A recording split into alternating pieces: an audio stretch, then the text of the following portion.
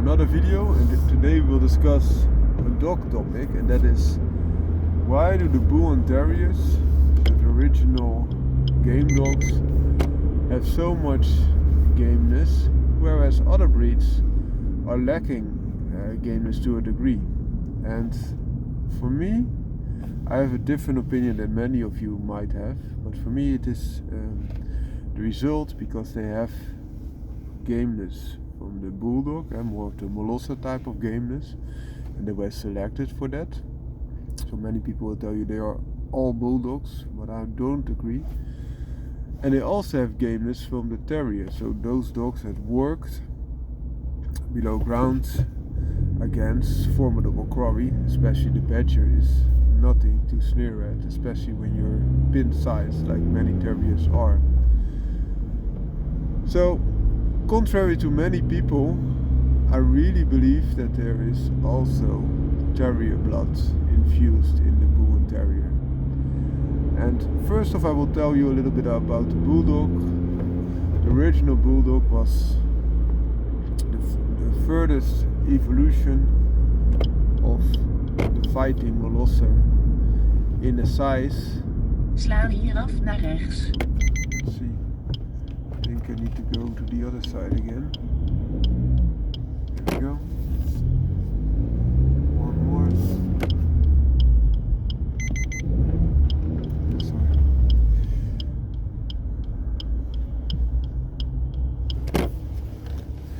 So it was the ultimate evolution of the fighting Molosser. And why is that? First they had bigger Mollosers, and those bigger Mollosers were quite capable. They had a mass with them, but they were outlawed because the normal common people should not be allowed to have such big strong dogs, and also they were quite expensive in upkeep because a big dog eats a lot to cover its mass and its muscles, etc.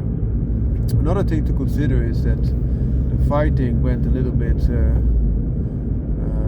less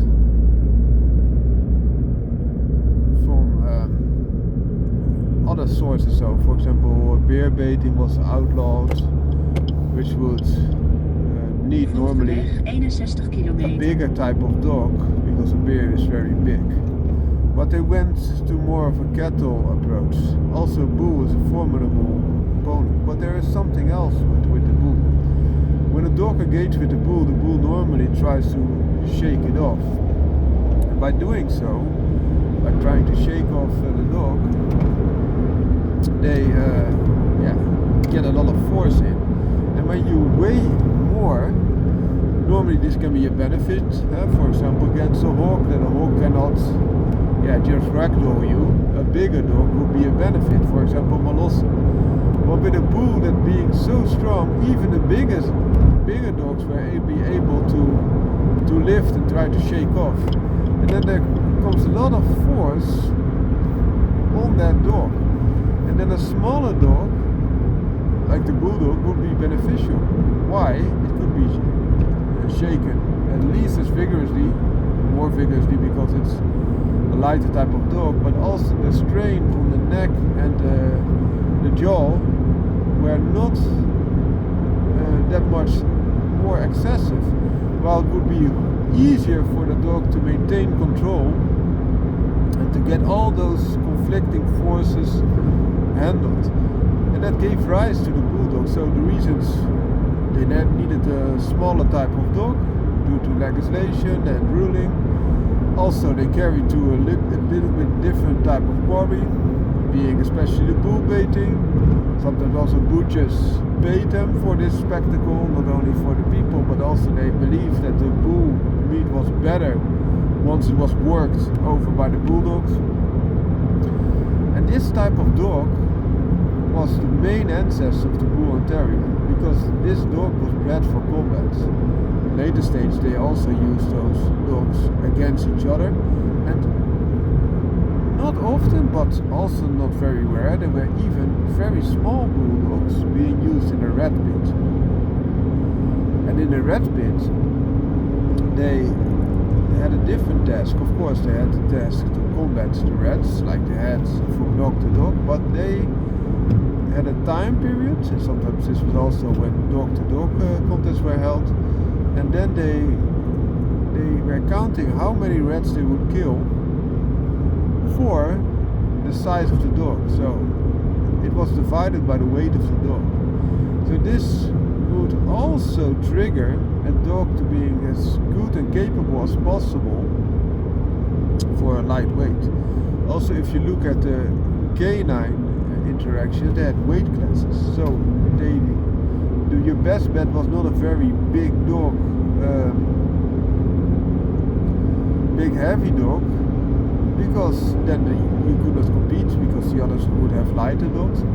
But also, if your dog was fat, for example, or non-functional for its weight, it would go up against a far bigger dog. So this also prompted a very high power to weight ratio. A very capable dog, despite its size, it was still medium or small even. Then if you look at the Terriers were hunting dogs. One sidestep, also the Bulldog after a while found its way into the hunting aficionado. Why? Because the Mollosers, the pairs were used for this purpose, but also the Bulldogs and the Bull and Terriers. Why? Because they were very capable of handling and combat. So as a catch dog they were very capable. And that led to crosses, sometimes with Mollosers making Bandogs, but also led to pure Bulldogs and pure Bull and Terriers being used in the hunting, for example, of hawks, etc. Also sometimes crossed with long dogs, so dogs that were running dogs, very fast, for example the Greyhound. A modern day example would be the Bull Grey, which is a very fast dog but also capable of combating bigger quarry, for example deer, and sometimes even hawks, so swine. So back to the topic, the Terrier is a pure hunting type of dog, so normally it's being used underground. Terrier means dog that goes below, Terra is earth, etc. Earth dogs. So these dogs were bred to combat their opponent. And then you have different type of Terriers. Some Terriers are more of the baying type, so they try to keep the quarry busy. So for example the fox or the badger by barking it and sometimes biting and irritating it, just keeping it busy. But there were also some dogs that were bred to really engage. So to be a little catch dog underground and keep the badger or fox or whatever from bolting, so jumping out of its hole, or otherwise escaping by digging another burrow or another escape way. But especially the badger is a formidable quarry, and they engage that despite being quite small, because you need a small size to follow foxes and badgers, and they would love to have a dog that could do both. So the smaller the dog, the easier the entry would be and the faster they could engage. But you need some size to also combat the badger, otherwise you get overrun and the badger rips you apart. Even the dogs that were of badger lions oftentimes died by the hands of and the paws and the jaws of the badger. Badger is part of the marten family, so Mustelidae, and martens, you should know, are of all mammals the highest power to weight there are. So that is the reason why a weasel of 100 grams can kill a rabbit of 10 times the size. And also otters are very strong, badgers are very strong, but also ermines, martens, ferrets, etc. are very capable, and game dogs. They're also game animals. There are also, as I mentioned, they have a sort of natural gameness that they will engage even if they might die. And many other animals, once their life is in real peril, they will rather flee than fight. And the marten family is quite combative, so to say. So capable, and also a badger is more of a omnivore, so it eats animal-based products, but also eats, for example, corn and the likes. But it has very big, strong claws because it's a digging type of mammal. So like a little bit like a mole, it is able to dig, and those claws can also rip the death signs out of your dog, and very often also the part of the head, especially the lips or the jaws, are dislocated and torn off. So quite gruesome, but they bred terriers specifically to engage those opponents. Combine that with the red pit, which also had a large entry of terriers, more than the smaller bulldogs, and the intercrossing between, for example, bulldogs for the red pit and terriers, but also for the canine pit, so the dogs engaging each other. So for example, if you have a genetic base of gameness, so there's gameness in bulldogs and there's gameness in terriers, and for example the genetic base of bulldogs is more at my knuckle, so there are the genetic traits and the gameness influencing genes, but there are also genes, for example more at my fingertips in the genome, that's more the gameness of terriers. Also terriers, you must know, especially those for the badger lines, were often intercross with bulldogs to make them more game and also more fighting able. So they had similar purposes, being a catch dog below ground or underground. It has similar attributes, so also similar type of dog could be beneficial. So therefore you see also a lot more bull, for example border terrier or Patternal terrier than you see, for example, in a fox terrier. But even a fox terrier carries some bull blood to make them more gritty and capable. Terriers that have bull blood, a quarter or more, were often also very much prized as compared to those that did not. So that made quite some dynamics, and still they are very capable if you compare them to a terrier with none bull blood, which is hard to find, I will tell you, but it could be so little that it's diminutive, and then the higher bull content is often better if it's of good working stock, that is. So those dogs were then intertwined and developed. Another thing to consider is that if you have similar dogs for similar purposes but different blood, by intertwining them you often get a dog with a lighter frame and more muscle mass, more capability, and also a harder type of dog. This is known as heterosis. For example, if you crossbred a greyhound with a pure greyhound with a pure whippet, you get a dog that's quite close to the size of a greyhound but lighter, more muscle mass compared to its weight, and almost as fast as a greyhound with a lot smaller frame. Some will even tell you that these dogs are faster in some situations. So you could get similar attributes when you have similar type of dogs, both catch dogs below and underground, both combative bred, and you interact them with each other, which is good for the canine to canine contest, because they wanted to have the lightest dog as possible, but also as much power as possible. So for their weight class they should be dominating. That would be the main goal, the end goal, so to say. So that also results, you have different set of genes that both have an impact on gameness.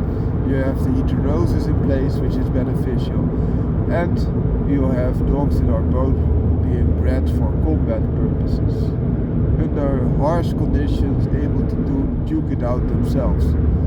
So in a dog-dog interactions, the dog and another dog engaged, is no teamwork, and the same in earthwork. The only teamwork that they have is with humans. So for example the earthwork, the terriers, they are being dug to, so that could save their life also when the burrow is collapsing and they're suffocating, but especially when they are engaging with the badger or the fox. And if you look at the canine gladiators that are fighting in the dog pits, they had their handler at their sides, also a referee which was not influencing the dogs, and then you had the handler of opponent dog, which was not on the side, of course, of the dog, because it wanted the other dog to lose and his dog to win. So that meant that they have quite a lot of interaction with humans, and they have a difference to see that how they interact with humans and their opponent, being the quarry in case of a hunting dog, but also being in another dog in case of a canine gladiator. And this has brought the specific type of traits in the Bull and Terrier, which makes it that game. So even if one set of genes is not that interacting, for example that of the Bulldog, also those genes of the Terrier that also determine some sense of gameness are still kicking in, and because they have been intercrossed quite a bit, also for Terrier work but also for canine gladiator work, they took the dogs which had a good click. So it was not such a coincidence that they are clicking very well, because it's a proven cross. Then back to the Mollosers, which only depend on the Molloser type of blood for their gameness, and were not selected for extreme gameness. And why is that? If you look at canine interactions, so in the dog pit, a lot of money was bet. So a dog should not stop even if it was dying, and that meant that they had a very hard dog. They also had stories from the Bulldog, which is a main contributor to the Bull and Terrier, that some butchers even cut off a leg of a Bulldog, and the Bulldog would still clamp on to its perceived opponent, being a bull, being a windmill, whatever.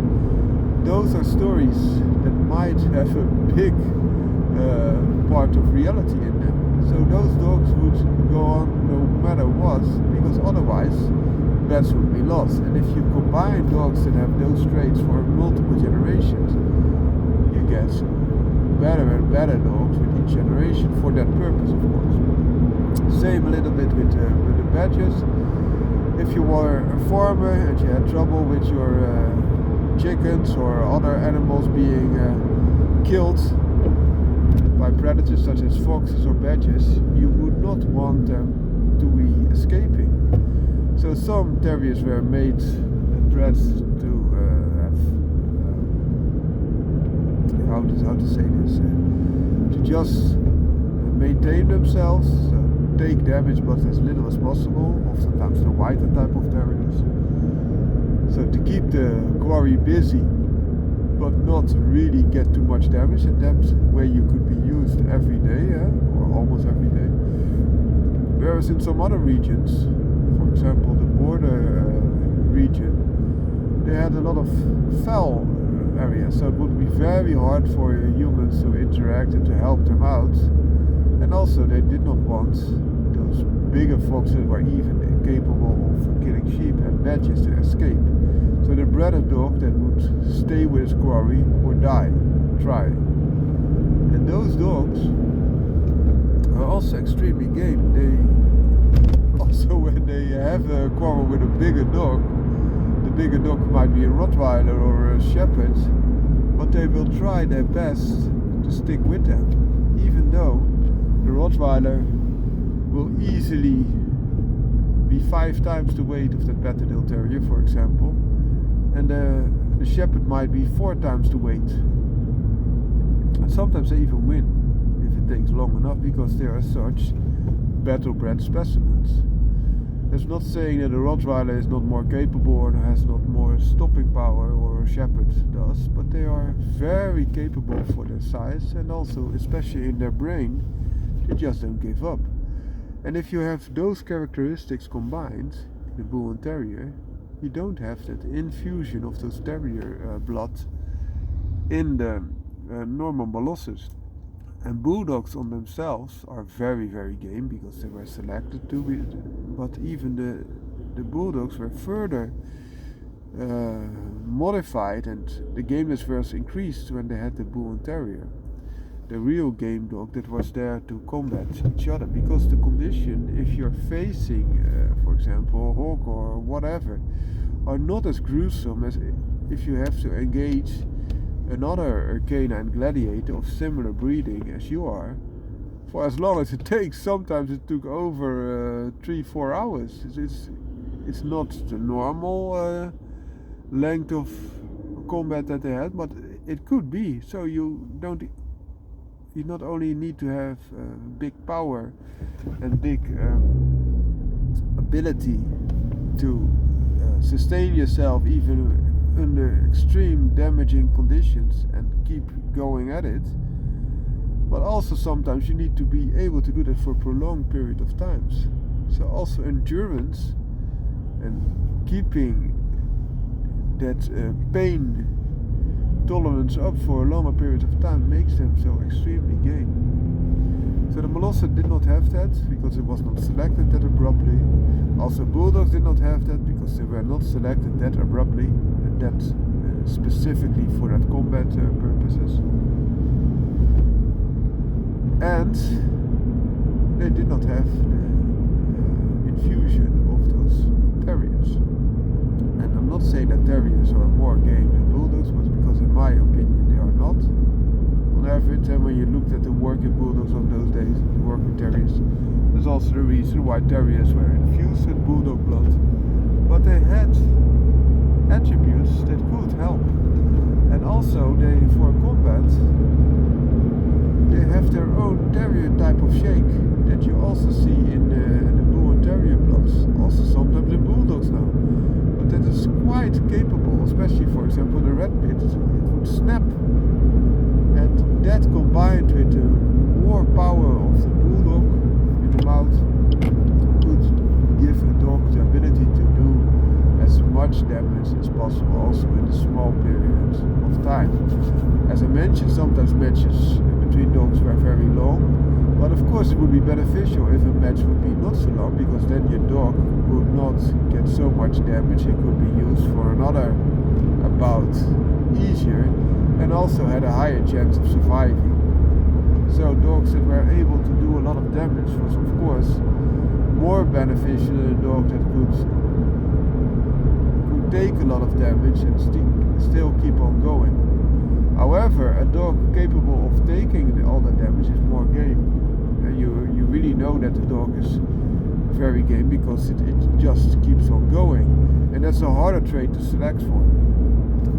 But those combinations made also the harder dogs that would bite extremely hard and do a lot of damage could make a dog more game. And why is that?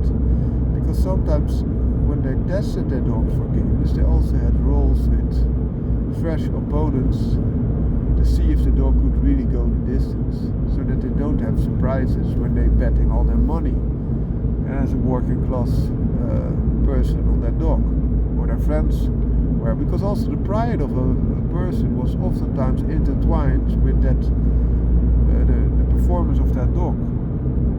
Well, I think this video is becoming quite long. I will finish it at this note, wishing you all a great day, and be very grateful that we have such extremely nice dogs that are such capable and people friendly. As I mentioned, even if a dog was damaged that much in the pit, if they would attack a handler of the opponent dogs or their own handler or the referee, they were disqualified, and then also the bet was lost. So that also resulted in the culling of dogs that were not people friendly, and that made the dogs as we know them now extremely people friendly, and also because they have such a high pain tolerance, they are not overacting like many other dog breeds are. Terriers have a similar attribute, a little bit different but similar as I mentioned, because the only one that was on the side was other humans that were digging them out.